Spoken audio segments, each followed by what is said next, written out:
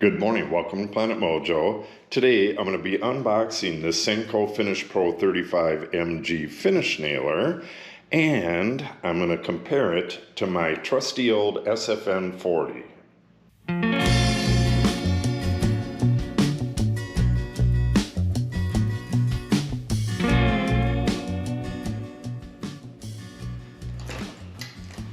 This SFN40, there's the name right there. This is a 1.25 to 2.5 inch nailer, and this was the Cadillac of finish nailers when I bought it, and I believe I bought it 35 years ago, right around there. I had a furniture company and I was working in a cabinet shop at the time, and this was by far the Cadillac of all finish nailers. When I bought this nailer in the 80s, I believe it was in the mid 400s, like 460, 470, right around there. So what the deal was, lately, this has been jamming up, and I believe, yeah, you can see this guide body and this door are getting kind of worn. So I looked online for parts, and this is what I found. Okay, the guide body, $259. And while I was looking for these parts, I ran across a bunch of different ads for brand new guns, and they showed them red. I don't know if this is going to be red or not, if this is just a black and white picture. So while I was looking online for the parts for this, I noticed that the new guns were cheaper than just this single part.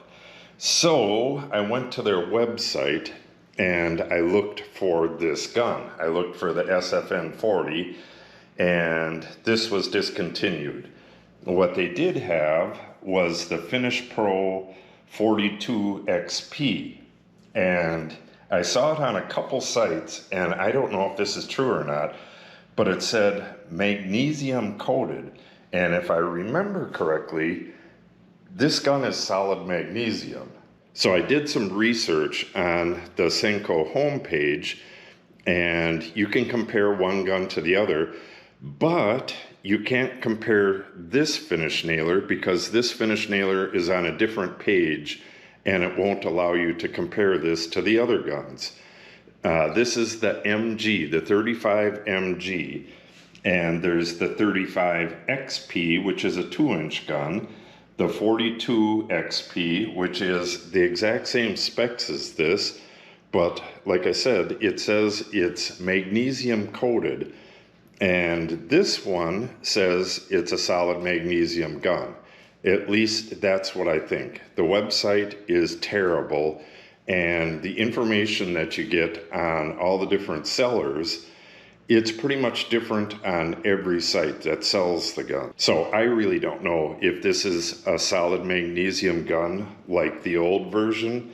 I'm hoping it is, and I believe that's what the MG stands for, but I could be wrong. And comparing the specs, this is the 35MG on this side, and this is the 4G001 blah blah blah. This is the FinishPro. So for tool weight, the weight is almost the same, 4.65 and 4.7.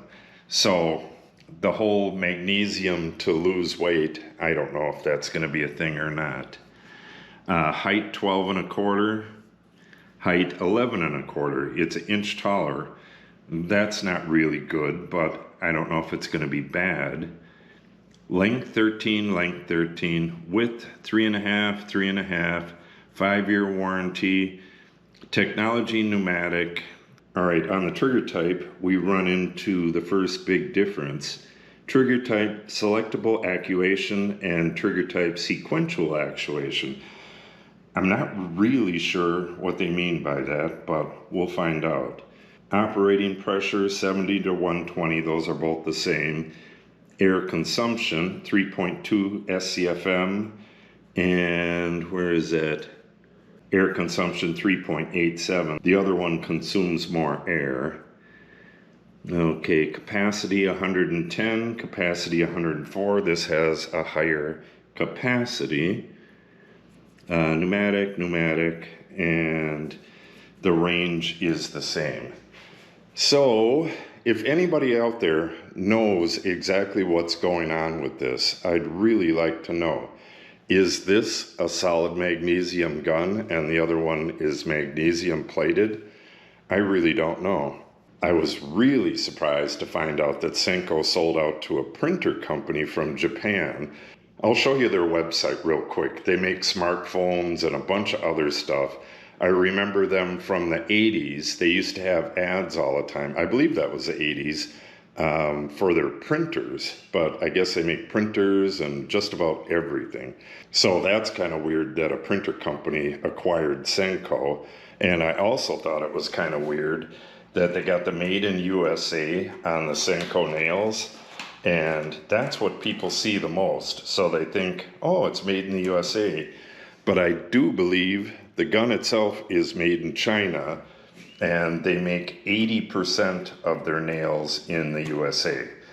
The gun is not made in the USA as far as I know, but we'll figure that out once I start opening this up.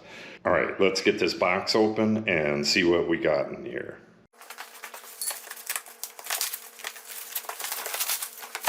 I'm very interested in seeing if this gun is red. I do believe that is their color now.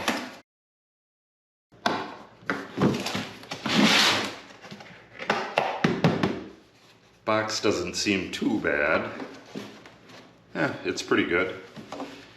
And there we have it. All right, let's get this up on the boards up there and compare it to the old gun. Okay, so right off the bat, I got the trigger figured out. The FinishPro 42 XP, that only has sequential action, which means for every trigger pull, you get one nail. So you push the shoe down, pull the trigger, you get a nail. Then you have to release both and do it again. And the sequential, this is selectable so that you can either have that action or both. And I definitely want both. And what both does is if you push the shoe down and pull the trigger, you'll get one nail. But you also get the action where if you pull the trigger and then push the shoe down, it'll fire a nail. And then you can keep pushing the shoe down as long as you have the trigger pulled, and it'll keep firing nails. That is awesome. If you're firing a whole bunch of nails and you're fairly good at it, it saves a whole lot of time. So I don't really know how to tell if this is solid magnesium or not, but it does feel nice and light. I'm gonna have to weigh these to see what the two weigh. Well, I know what they say this weighs, but I'll get an actual weight on the two and put it up on screen. Another feature that I was looking for, this air port right here. I've changed this a few times. Sometimes when you're, like if you're working on cabinets, you might want it to do the exhaust air out the right side or left side. But for the most part, I like it going out the front like that. And this gun said it had an adjustable port as well. But this one has a dial, and it does more different angles. That is really nice. That is way better than this one. And I don't even know what this is. It kind of seems like a purge valve. I'll let you know once I read the owner's manual. Yeah, so far so good. All right, let's pull out the owner's manual and see if we can figure out some of the features on this. Okay, this trigger is real easy. I'm not sure how well you're going to be able to see that, but it's got like a little symbol with a point on it. It's a single one on this side, and then it has multiple ones on this side. So this is the, if you want to shoot multiple nails, just holding the trigger down, you put it on this setting, and flip it over to that setting for just single nails. That is a real nice feature. The depth guide on the old SFN40 is right here, and all that does is raises this up and down. And on the new gun, the 35MG, oh, where is it again? It's right here. It's right by the trigger. So you just dial that thumb screw right there. Generally, once you have this dialed in, you don't mess with it very much. Okay, it has a no-mar pad that you can remove, and I will probably remove it. But it's nice to have this if you need it, so hopefully there's a spot for it in the case. Okay, well, I found out what this is. It calls it an air duster, and when this is plugged into the air and you push that, air comes out this little port here so you can blow off your workspace. That's kind of interesting. I like that. Okay, I found out where it's made. It's made in Taiwan. I don't know if you can see that or not. Made in Taiwan, and the parent company is a Japanese company.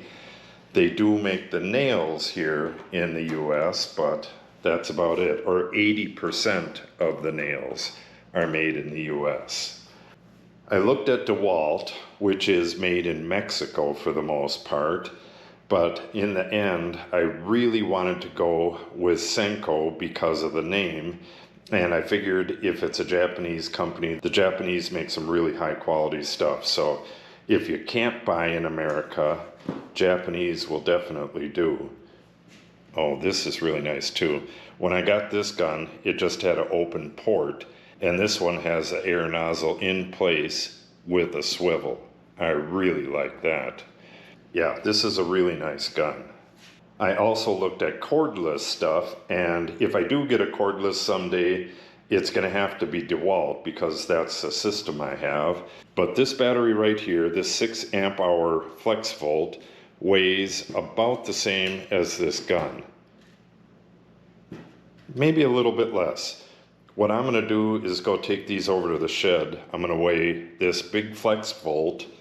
I'm going to weigh this little one and both of the guns, and I'll put all those weights on the screen.